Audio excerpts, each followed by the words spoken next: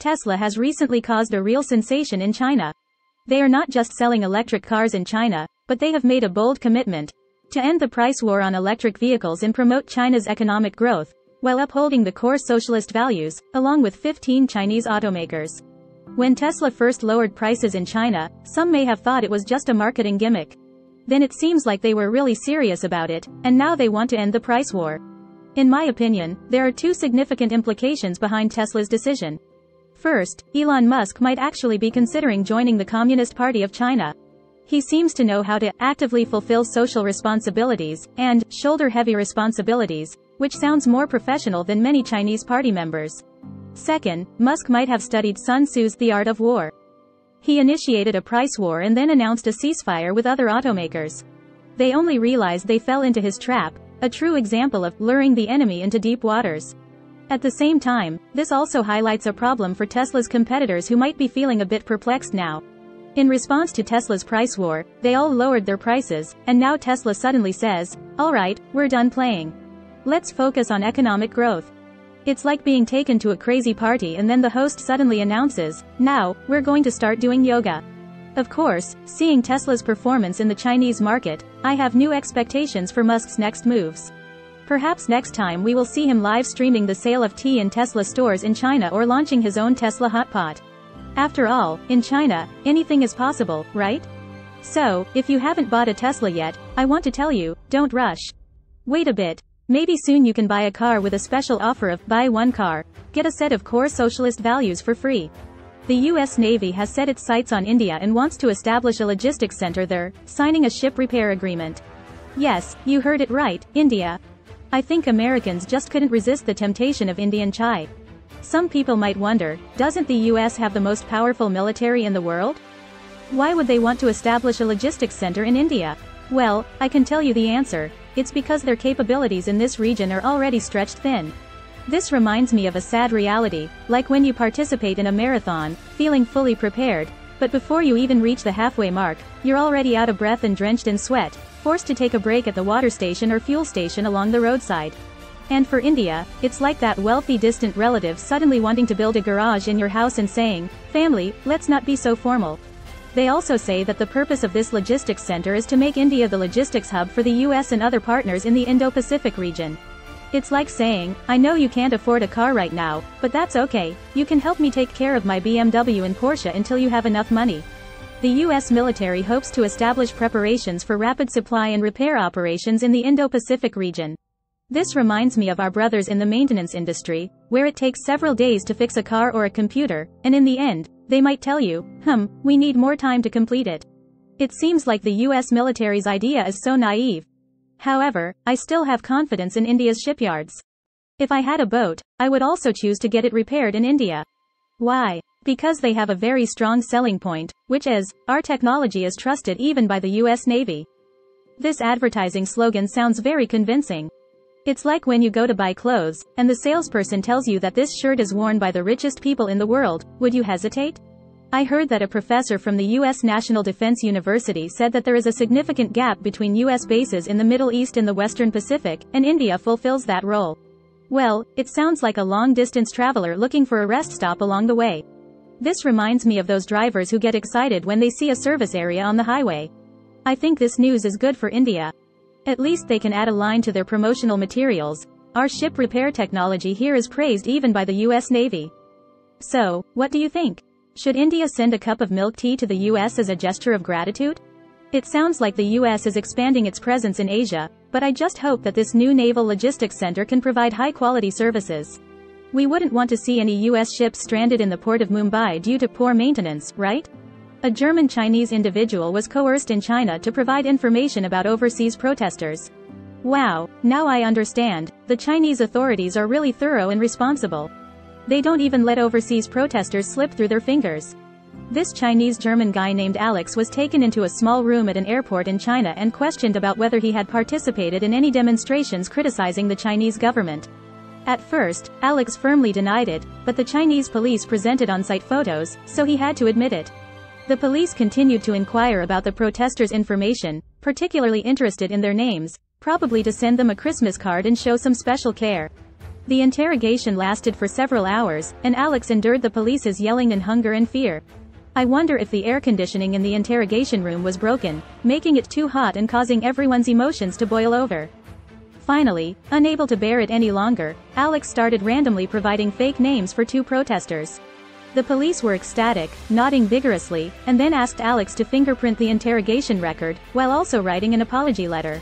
Are you trying to establish a hall of fame for protesters or something? Why so serious? Now Alex has safely returned to Germany, and German security agencies have also gotten involved and started investigating the matter. If it is confirmed that Chinese authorities did indeed coerce a German citizen to provide information about other ethnic Chinese people in Germany, then German-Chinese relations will become even more tense. Hey, China, what are you afraid of? Are the protesters coming to steal your rice? You're so nervous that they might even think, oh wow, my protest made the news, seems like it's quite influential. It's not just Germany that is concerned, even the United States has started issuing safety warnings for travel to China. They are advising U.S. citizens that due to arbitrary enforcement of local laws, they may be unlawfully detained in China and may even be unable to leave.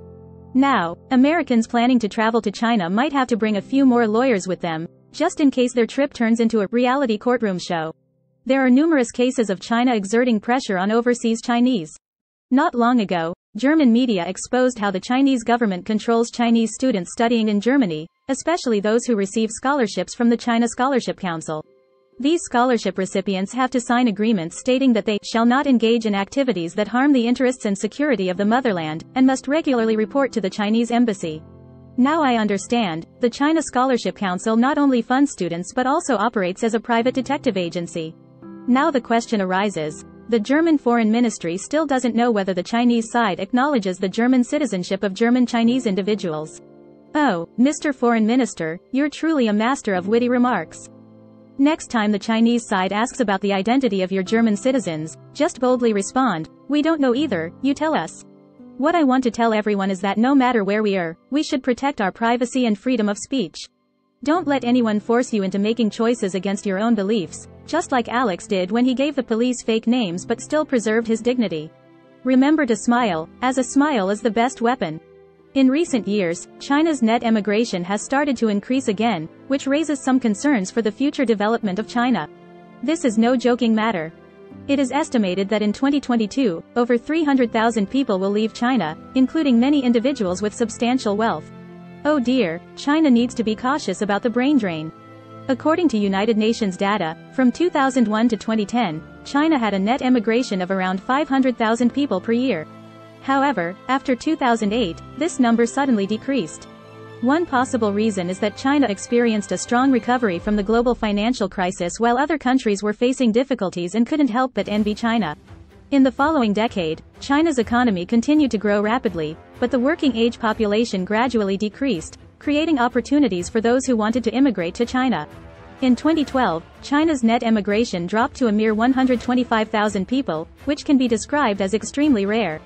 However, by 2018, China's net emigration had risen again to nearly 300,000 people, although this number decreased somewhat during the pandemic. According to the latest forecast from the United Nations, China's net emigration in 2022 is estimated to be around 200,000 people, and it is expected to surpass 300,000 people once again.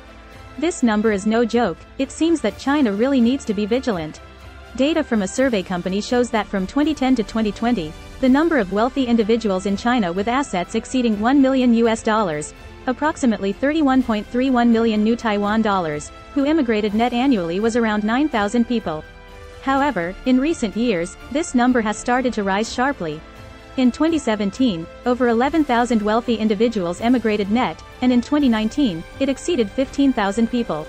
Wow, this wave of wealthy immigration is not to be underestimated. However, this wave of immigration in China also has some complex background factors. China's economic growth has slowed down, there is a rise in populist tendencies within the government, and there is an increasing number of highly educated labor force struggling to find satisfactory jobs. It's truly a difficult situation. Due to the tense relations between China and the West, China's economic growth is not as expected, and the risks of detention and investigation for foreigners in China have increased, leading to a decrease in the inflow of foreign talent. This trend may continue in the coming years. It reminds me of a saying, going to China, you really missed out. Therefore, if China wants to avoid further economic slowdown, the government must do more to make domestic and foreign talent believe that China is a good place to be. Just as the saying goes, talent is a precious asset for a country. The S&P 500 index tracks the performance of the largest publicly traded companies in the United States. According to data from FactSet, 7.6% of the revenue of companies in this index comes from mainland China, making it the largest international sales source to date. The revenue that major U.S. companies derive from China surpasses the combined revenue they receive from the following three countries: Japan, the United Kingdom, and Germany. The competition between China and the United States in terms of national security and economic rivalry is becoming increasingly fierce, with U.S. leaders often viewing China as their biggest long-term challenger. However, the two largest economies in the world remain indispensable partners in many aspects. They engage in significant trade of important products, provide financing for each other's businesses, have frequent people-to-people exchanges, and collaborate on developing applications and producing movies for audiences in both countries. The U.S.-led Global Anti-Drug Conference hopes China will strictly control fentanyl. On the 7th, the United States organized the first-ever Global Alliance video conference with the participation of at least 84 countries to combat synthetic drugs. China was also invited to join the alliance, but it is still unknown whether it will participate. U.S. officials claim that due to worsening U.S.-China relations, China is unwilling to cooperate with the U.S. in cracking down on the smuggling and money laundering of chemicals needed for fentanyl production. Last month, the U.S. filed criminal charges against 4 Chinese companies involved in smuggling fentanyl precursors. The U.S. Department of Defense will stop funding U.S. universities with Confucius Institutes. U.S. Department of Defense spokesperson Lieutenant Colonel Lade said during a press conference on the 6th that starting from October this year, the Department of Defense will no longer provide funding to any U.S. higher education institutions that have Confucius Institutes, unless these institutions apply for an exemption from the Secretary of Defense. Confucius Institutes have previously been marked by U.S. officials as part of the Chinese Communist Party's global influence and propaganda apparatus, believed to exert malicious influence on American campuses. On the 6th, the Business and Human Rights Resource Center in London released a report stating that it has identified dozens of cases involving Chinese investments in mining or processing of renewable energy minerals that have violated labor rights and harmed the environment. The report shows that China is not the only problematic country in this regard, as companies from the US, Australia, the UK, Canada, and other countries are also implicated in human rights abuses, but China plays a crucial role in these activities. After former PR head Bob Picard made accusations, the Asian Infrastructure Investment Bank, AIIB, conducted a 10-day investigation. An internal review report released on Friday showed no evidence of the Chinese Communist Party exerting inappropriate influence on the bank's decisions. Since the Wagner incident, Xi Jinping's reliance on Putin seems to have become less secure. Chinese leaders still need their close friend, but continuing to heavily support Putin no longer seems beneficial to Xi Jinping. Xi Jinping cannot completely abandon Putin. He has invested too much in this relationship, and Russia is still useful to China. However, their brotherly relationship, which has caused so much concern in the West, may have reached its limit. The Russian problem also complicates Xi Jinping's plans regarding Taiwan. The Ukraine conflict has demonstrated two things: relying solely on military force does not guarantee victory, and failure to achieve victory may pose challenges to the leadership's power. In such a situation, initiating a war in the Taiwan Strait through increasingly aggressive actions could be disastrous for Xi Jinping. If the United States were to engage in direct conflict with Russia or China, its stockpile of precision weapons could be depleted within hours or days. The world is aware of the fierce fighting between the Russian and Ukrainian forces on the front lines, but few understand the battle behind the scenes to ensure the supply of weapons and ammunition for the troops. The side that loses this battle will lose the war. This is a lesson that Washington is now re-evaluating. Laura Rosenberger, the newly appointed chair of the American Institute in Taiwan, 8, stated during an interview with some Taiwanese media in Washington on July 6 that the United States will continue to closely cooperate with Taiwan regardless of who the Taiwanese people elect as their next leader. U.S. policy will not change based on the election of any particular candidate. A famous Taiwanese internet personality and Democratic Progressive Party, DPP, legislator publicly tested the bulletproof vests of the Taiwanese military and found that their protection is limited, as bullets can penetrate them almost completely. After the test results were made public, the Taiwanese Ministry of National Defense stated that bulletproof vests are controlled military items, and if it is found that the tested vest belongs to the Taiwanese military, responsibility will be pursued according to the law. Hong Kong's National Security Police arrested a 24-year-old man at the airport on Thursday, July 6, accusing him of violating the Hong Kong national security law by conspiring with foreign or external forces to endanger national security. According to several Hong Kong media reports, the arrested individual is a former member of the political party Hong Kong Indigenous, Chu Hoi Dick. He was arrested at the airport while preparing to board a flight to Taiwan. Due to Tokyo's plan to discharge treated nuclear wastewater into the ocean, Chinese customs announced a ban on importing food from 10 prefectures in Japan. Shanghai residents express their support, while the United Nations nuclear watchdog calls for trust.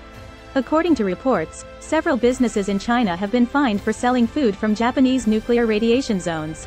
One company was fined 10,000 yuan, approximately 2,000 Singapore dollars, and placed on the list of serious violators of laws and regulations. Chinese regulatory authorities have fined Ant Group and its subsidiaries a total of 7.123 billion yuan, approximately 1.1 billion United States dollars, and confiscated their illegal gains. Ant Group responded by stating that they sincerely accept and will fully comply with the penalty, and they have already completed the necessary rectifications. The news of singer Li Wen's suicide has sparked discussions among the Chinese public about depression. According to official Chinese media reports, 1 in 4 teenagers in China suffers from depression. The report on the development of mental health of Chinese citizens, 2019-2020, pointed out that in 2020, the detection rate of depression symptoms among Chinese teenagers was 24.60%, with severe depression accounting for 7.4%. Hello everyone, I am your news anchor Yali. We provide you with a one-stop service for China-related news every day.